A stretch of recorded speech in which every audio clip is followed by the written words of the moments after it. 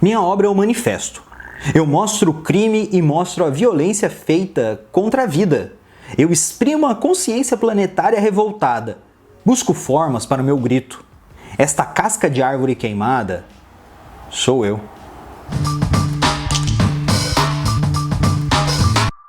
Às vezes eu fico pensando, a arte ela tem que mostrar apenas aquilo que é belo o tempo todo? A arte ela tem que se apegar àquilo que a sociedade quer ver? Simplesmente coisas fofinhas, coisas lindas, o amor, uhul. A nossa vida é assim? A gente está o tempo todo alegre? O mundo é um mar de rosas? Bem, ele pode ser até um mar de rosas, né? Mas a gente não pode esquecer que tem espinhos ali. Enfim, eu sou Rodrigo Redka, esse aqui é o Arte Segunda, seu canal de arte. Se você gosta de arte, já se inscreve aqui, deixa seu like, compartilha esse vídeo com alguém que você acha que vai gostar de arte também. E hoje eu vou falar um pouquinho sobre aquilo que é feio. Porque muitas vezes o artista retrata aquilo que é feio, retrata aquilo que é dolorido. Faz parte da arte mostrar esse outro lado da humanidade.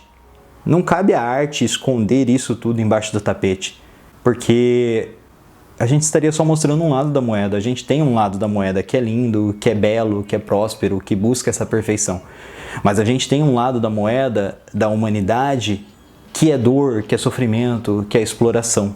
A arte muitas vezes mostra toda essa dor, todo esse sofrimento. Só que como um artista pode retratar isso? Como ele pode trazer essa beleza da arte ao abordar temas que são tão doloridos como a exploração da natureza, como a destruição dessa natureza, como a destruição do mundo em que a gente está vivendo em busca de um lucro desenfreado, uma exploração dos recursos, das florestas, de tudo que nos envolve. É a nossa casa, a exploração da nossa casa em prol desse lucro desenfreado. Quando a gente pensa lá no século XIX, a gente já tem um movimento romantista que já vai começar a olhar para a natureza de uma maneira ainda idealizada e cheia de problemas, mas ele começa a olhar para essa natureza e ver a importância dessa natureza dentro da humanidade como um todo, a importância desse ser natural, dessa entidade chamada natureza para a vida humana, para uma vida humana em equilíbrio, para uma vida humana harmoniosa. Se eu olho para os trabalhos de Gauguin, ele já vai falar muito disso, sobre como essa cidade industrializada, sobre como essa cidade cinza de pedra, ela é amargurada e morta, tanto que o Gauguin vai para o Tahiti em busca de paisagens ditas mais primitivistas, primitivo no sentido de ser inicial, e eu acho que isso sim é uma idealização do sentido da origem do ser humano, é uma idealização da vida humana e carrega problemas em si, mas já é um olhar para a natureza de uma forma diferenciada, não só como uma coisa que tem que ser explorada, uma coisa que tem que ser dominada. A gente já começa a olhar uma natureza que é essa entidade que dá a vida para o ser humano. E a gente depende dela. Antes da gente chegar no artivismo do século XXI, no século XX, a gente teve uma série de artistas que já trouxeram a natureza como temas do seu trabalho. Eu separei 2 artistas para a gente debater aqui hoje que traziam essa natureza já como foco do seu trabalho. O primeiro artista que eu trouxe aqui pra gente hoje é o Joseph Beuys, artista alemão que não só fazia obras que dialogavam totalmente com esse caráter da natureza, mas ele era muito ativista, foi um dos caras que ajudou a fundar o Partido Verde alemão, então ele tinha uma conexão muito forte com esse movimento verde. Em 1982, durante a Documenta de Kessel, ele fez um projeto gigantesco chamado 7.000 Carvalhos, ou para ser mais específico, 7.000 Carvalhos, a floresta urbana em vez da administração da cidade. Esse projeto era ambicioso e ele consistia em empilhar 7.000 pedras de basalto esculpidas na frente da Documenta de Kessel, e cada pedra dessas deveria ser retirada e deveria ser plantada em algum lugar da cidade de Kessel, junto de uma árvore, preferencialmente um carvalho. A Documenta de Kessel, para quem não sabe, ela é uma exposição que acontece na cidade de Kessel, lá na Alemanha. Ela dura 100 dias e ela acontece aproximadamente de 5 em 5 anos. Isso está estabelecido hoje em dia, mas antigamente era de 4 em 4 anos. Cada monumento individual consiste em uma parte viva, a árvore que muda constantemente ao longo do tempo, e uma parte cristalizada e, portanto, que mantém uma mesma forma, uma mesma massa, tamanho e peso. Cada pedra plantada ao lado tinha essa árvore que ia crescendo e trazendo cada vez mais vida para a cidade que é Cell, se espalhando. O projeto durou muito mais tempo que o Boyles previa e ele acabou morrendo antes do projeto ser concluído, antes da última árvore ser plantada. Boyles, ele lutou durante a Segunda Guerra Mundial do lado da Alemanha. Ele serviu as tropas alemãs, as tropas nazistas, como operador de rádio.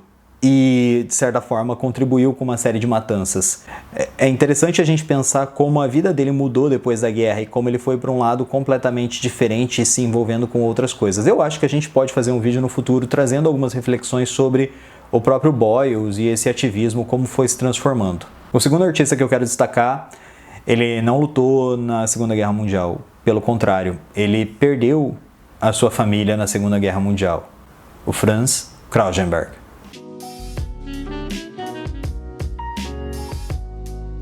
O Franz nasceu na Polônia e depois de ter vivido os horrores da Segunda Guerra Mundial, ele deu continuidade aos seus trabalhos de pintura. Ele era um artista abstrato, ele começou a trabalhar ali no final da década de 40, no começo da década de 50, já começou até meio que se envolver com uma arte que falava sobre a natureza, que trazia uma discussão ligada à natureza. Era uma forma, inclusive, do Franz lidar com a perda da família dele, com a morte, sofria de uma depressão até, e a arte ela era meio que um refúgio. O Franz ele rodou aí várias partes do mundo antes de chegar no Brasil. Aqui no Brasil ele fez moradia, ele se radicalizou brasileiro, se naturalizou brasileiro e começou a viver e trabalhar aqui. Tanto que na década de 50 o Franz ele começou a morar em Minas Gerais, lá no Pico da Cata Branca, e ele era conhecido como o Barbudo das Pedras, porque ele se enfiou bem no meio do mato mesmo. Ele vivia praticamente numa caverna e lá ele produzia sua arte. E foi na década seguinte, na década de 60, que o próprio Franz ele começou a trazer materiais puramente naturais para suas obras. Ele começou a trabalhar principalmente com a madeira morta, a madeira que morria nas queimadas, as árvores que caíam por causa da influência humana ali na floresta. Procuro me exprimir com este material assassinado. Tudo isso para mostrar, veja, ontem isso aqui foi uma bela árvore, hoje é apenas um pedaço de madeira queimada.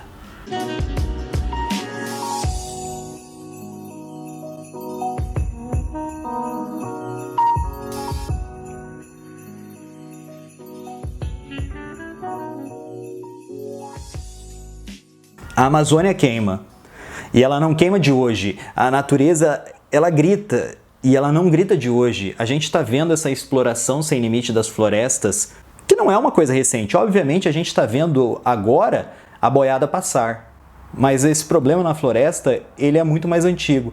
É só a gente olhar para as reservas indígenas, o quanto elas são atingidas. É só a gente olhar para tantos parques que são invadidos por exploradores de madeira, por exploradores de minério. A gente não tem dentro do Brasil ainda um olhar para a natureza como uma coisa que a gente tem que cuidar. Aparentemente aqui a natureza é uma coisa que tem que ser explorada, que tem que ser consumida, que tem que ser destruída e tem que virar em dinheiro, lucro. Lucro para quem? A gente vai ganhar o quê destruindo tudo aquilo que a gente tem? O Franz ele já estava trazendo isso nas suas obras, esse grito da natureza. Quando eu vejo o material, eu vejo que ele vai gritar comigo. Este é o meu trabalho. Eu não posso ir para a rua e começar a gritar. Vão me botar na cadeia ou num hospício. A obra do Franz, ela não mostra a morte. Ela é feita dessa morte. Ela traz para dentro das cidades, ela traz para dentro das galerias de arte, para dentro dos museus, para os nossos olhos, aquela morte que está correndo lá na floresta. Aquela queimada que está destruindo hectares e mais hectares e mais hectares da floresta amazônica hoje. Tanto a obra do Franz quanto a obra do Boyles, ela esbarra muito nessa ideia de uma arte que atua diretamente na nossa vida, de uma arte que não fica no museu, uma arte que não fica simplesmente na galeria. O Boyles falando sobre esse projeto da gente colocar a mão na massa, ir pra rua e começar a plantar árvore, e o Franz falando, tipo, cara, a gente está destruindo, olha só as queimadas, olha só o que está acontecendo com a floresta, olha só o que está acontecendo com o Brasil. Os dois são um chamado para a consciência, cada um do seu jeito, cada um complementando o outro. Eu acho que são dois artistas extremamente complementares, não só nessa vida, mas nesse ativismo, mas nesse jeito de olhar para essa atuação do artista dentro do mundo. Tanto o Boyles quanto o Franz, eles já morreram, mas a obra deles continua viva, está sendo debatida aqui nesse vídeo. A obra permanece, a nossa atuação no mundo permanece. A gente é efêmero, mas aquilo que a gente faz aqui na Terra pode gerar frutos para as próximas gerações. Às vezes esses frutos podem ser doces, às vezes eles podem alimentar muitas bocas. Mas às vezes esses frutos são simplesmente frutas podres, que vão amaldiçoar as próximas gerações. O que a gente está querendo plantar para as próximas gerações? O que a gente está querendo deixar para as próximas gerações? A gente realmente está querendo plantar alguma coisa? Ou a gente está querendo só envenenar? Eu acho que a gente precisa olhar para isso, a gente precisa olhar para esse planeta e entender o que a gente está plantando aqui.